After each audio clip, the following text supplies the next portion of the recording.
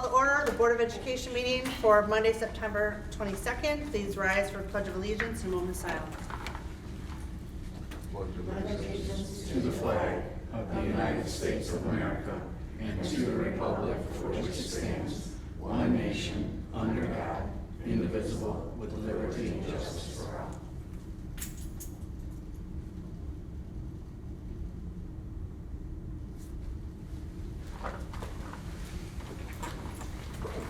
Roll call, please.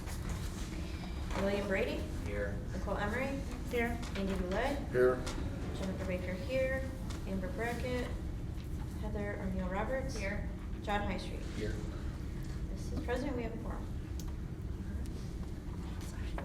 We don't have any recognitions today, so we'll go right to the consent agenda items. I'll make a motion that the Board of Education approves all consent agenda items, including agenda, minutes, personnel items, treasurer reports, and bills listed A through C. Support. All right, moved and supported. Any discussion? All right, all those in favor say aye. Aye. Any opposed? All right, that passes. As for information items, look at that. We do have, let's see, we updated our code of conduct in our board operating procedures last time, so we had a chance to look it over. It looks good. We'll send a thing to sign again after the meeting, so don't run out right away. All right, other than that, Mr. Melrose? Thank you. Well, obviously, this week's been a tough week for the high school, the schools in general. And, but with that being said, I really wanted to just express thank you to the staff, the students, and the community at large for really kind of coming together last week and being there and supportive to our students here, to the family, Kevin's family, and just to everybody. And it's one of the really cool things about being in a small community is like that vigil on Wednesday, just seeing how many people were there and just the emotion and the caring, and it's, you know, having that when you're going through a tragedy like that, it means a lot. So just, I'm very thankful for the community we have, and just thank you very much. With that, moving on, this past week we had our state testing award trip for middle school students based on their PSAT and MSTEP. They got to go to Colony Bowl, and they always treat us right when we go over there and for the bowling alley. The kids had a lot of fun. Just coming up here, we have homecoming on October 10th, with the dance on October 11th. Conferences on October 15th and 16th. NJHS and NHS induction on October 27th. I'm sorry, I can't even read my own writing here. It's the 23rd. And the 2025 academic awards from last year when we get their pins and letters and all that based on the second semester. That's October 24th. That's tentatively also going to be our middle school fall dance, will be also on October 24th. And Dana and I just kind of coordinated, and the little ones coming over to the high school is going to be on October 30th, a Thursday, because they don't have daycare on a Friday. So I make sure that they need to participate. So that's us. Thank you. Busy month. Is this stage? We started our year off with our first PTO meeting. It's a small but mighty group of parents this year. We have just a small handful, but Amber will go on. We're kind of changing up our Glow Dash fundraiser, and she'll give you a little more information on that.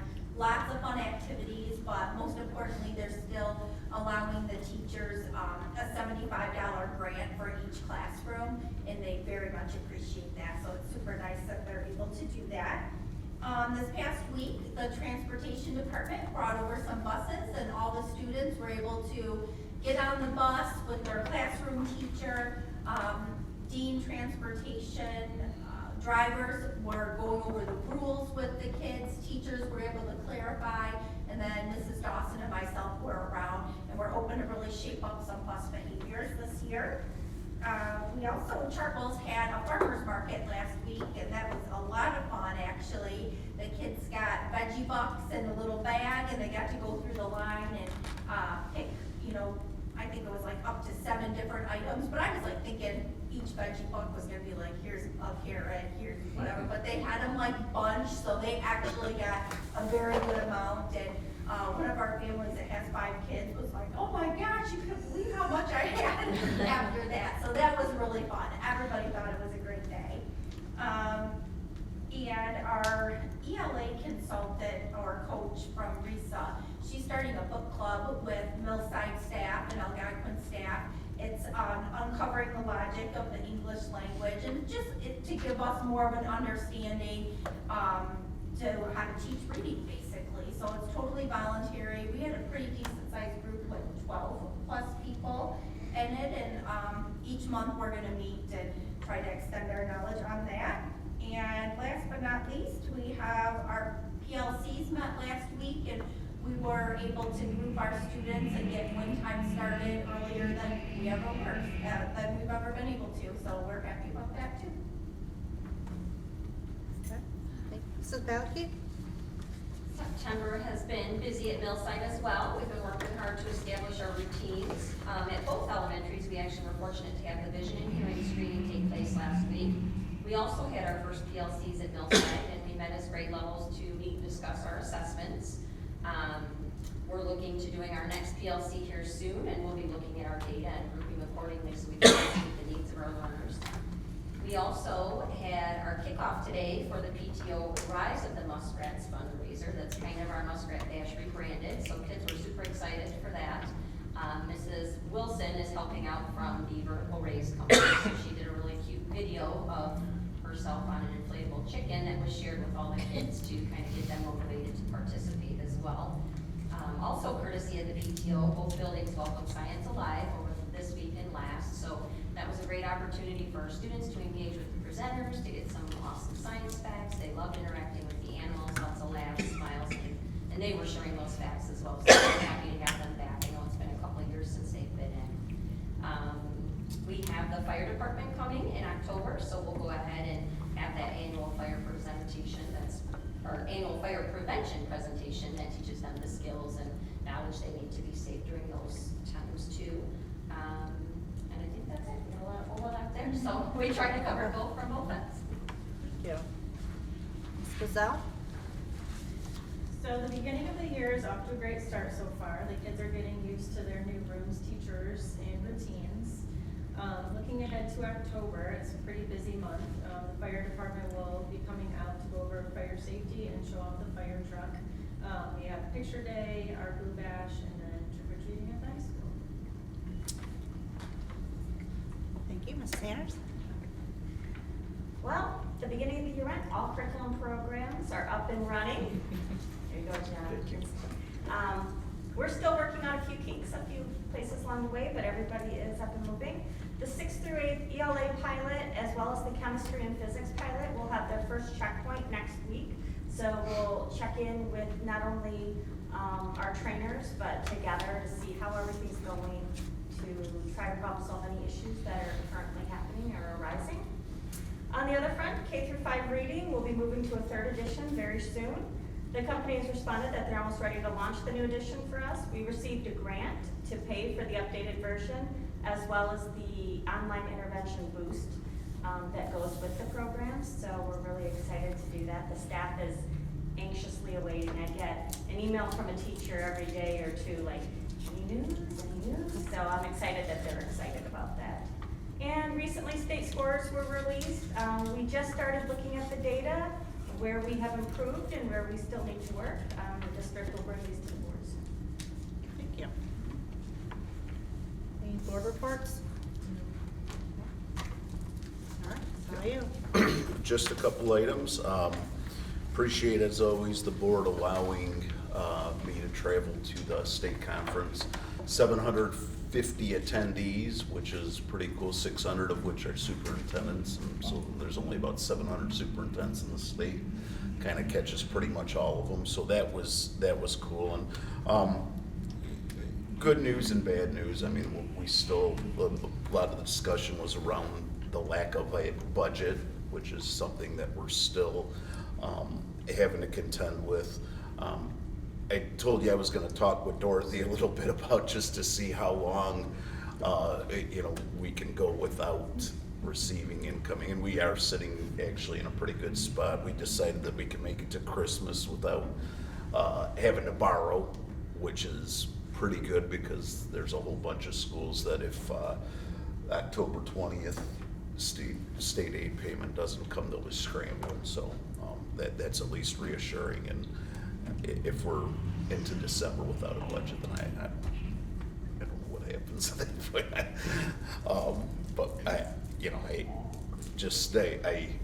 we'll keep pounding on the legislators to get that done. So,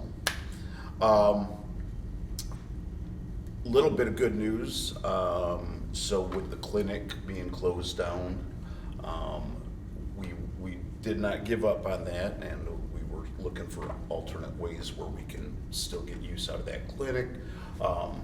Community First of Algonac, Mike Baranowski reached out to me, and we've been working now with the health department about getting that state grant transferred to them, in which they would oversee the clinic. And it's not really set in stone yet. There's a process that we have to go through, but it's all moving in the right direction. So I'm very excited. And Mike, I couldn't thank enough for.